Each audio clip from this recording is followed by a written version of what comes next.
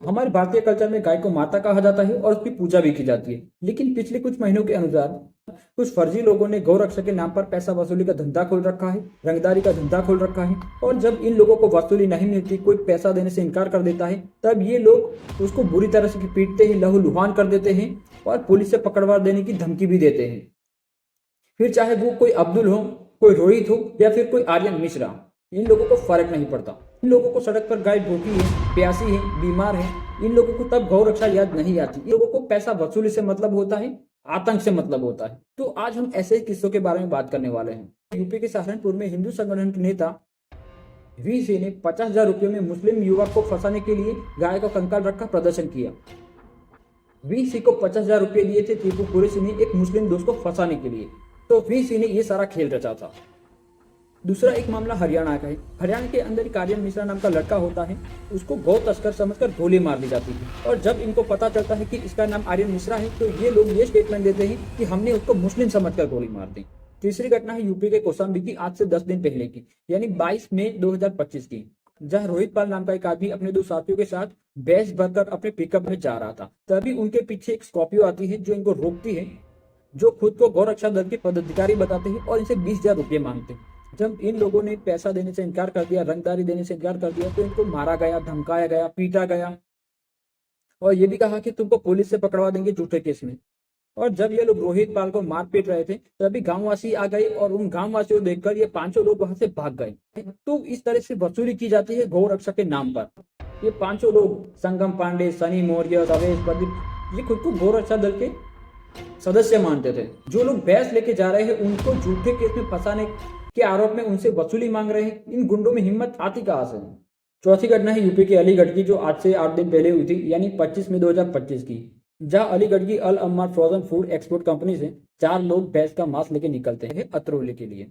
इनको रास्ते में रोका जाता है और इनसे 50,000 रुपए की रंगदारी मांगी जाती है, वसूली मांगी जाती है। जब ये लोग 50,000 रुपए देने से इनकार कर देते हैं, तब इन पर झूठा आरोप लगाया जाता है कि तुम गोमांस लेके जा रहे हो। हालांकि ये चारों लोग इनको बताते हैं कि ये देखो, अल अमर फ्रोजन फूड कंपनी का गेट पास है, हम यहाँ से बफेलो का मांस लेके जा रहे हैं, गौ मांस लेके नहीं जा रहे हैं, भैंस का मांस है।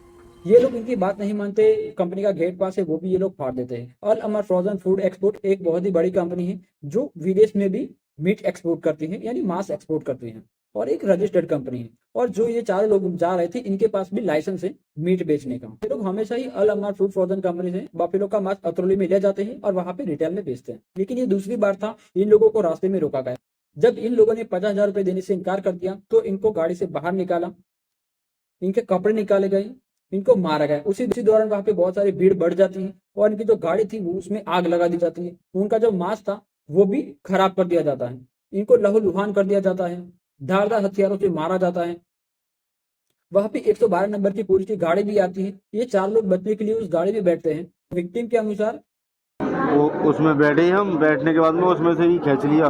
पुलिस वाले कह रहे उतरो नीचे, उतरो उतरो उतरो उतरो उतरो, तो उतार दिया पुलिस वालों ने, फिर मारा उन्होंने। तब जो गोरक्षक थे वो उन लोगों को गाड़ी से बाहर निकालते हैं और फिर से उनको पीटते हैं। थोड़ी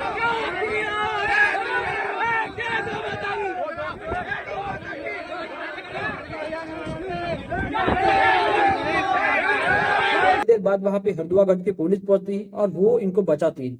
और विक्टिम खुद ये कहते हैं कि अगर हरदुआगढ़ की पुलिस वहां पे ना आती तो हम मर जाते। उन लोगों का बहुत ही एहसान है हम पर। पुलिस वहां पे जो मांस था उसका सैंपल लैब में भेजती है और लैब में से ये रिपोर्ट आती है कि ये गौ मांस नहीं है, ये भैंस का मांस है, बफेलो का मांस है। विक्टिम के पिता सलीम एफआईआर में दर्ज करवाते हैं कि विश्व हिंदू परिषद के नेता राजकुमार मौर्य और बीजेपी के नेता अर्जुन सिंह और शिवम सिंह, कई अन्य लोगों ने 50,000 रुपए की वसूली की। अंदर गाड़ी के अंदर जो कैश था वो भी लूट लिया और जो मोबाइल था वो भी लूट लिया। आदमी आर्यन मिश्रा के जो पिता का सवाल था वो वही का वही है। मोदी गवर्नमेंट ने इन लोगों को जो अधिकार दिया है गौ रक्षा के नाम पे गोली चलाने का, वो क्यों दिया? पैसे की वसूली करने के लिए, रंगदारी करने के लिए मुसलमानों को टारगेट किया जाता है। जब ये लोग रंगदारी, पैसा देने से इनकार कर देते हैं तो इन पर आरोप लगाया जाता है। जो लैब से रिपोर्ट में आई उसमें स्पष्ट रूप से कहा गया कि ये गौ मांस नहीं है बल्कि बफेलो का मांस है। और कंपनी का जो गेट पास था उसपे भी लिखा गया था कि ये बफेलो मांस है।